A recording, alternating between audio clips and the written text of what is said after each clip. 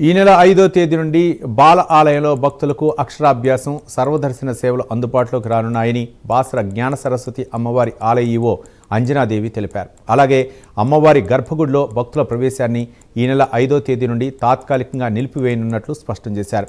శృంగేరి పీఠాధిపతి సూచనల మేరకు అమ్మవారి మూల విరాట్కు గర్భగుడిలో యథావిధిగా నిత్య పూజలు కొనసాగుతాయని తెలిపారు. భక్తులు అధిక సంఖ్యలో తరలివస్తున్న నేపథ్యంలో ఆలయ నిర్వహణను సజావుగా కొనసాగించేందుకు ఈ నిర్ణయం తీసుకున్నట్లు ఆలయ ఈవో అంజనాదేవి చెప్పారు.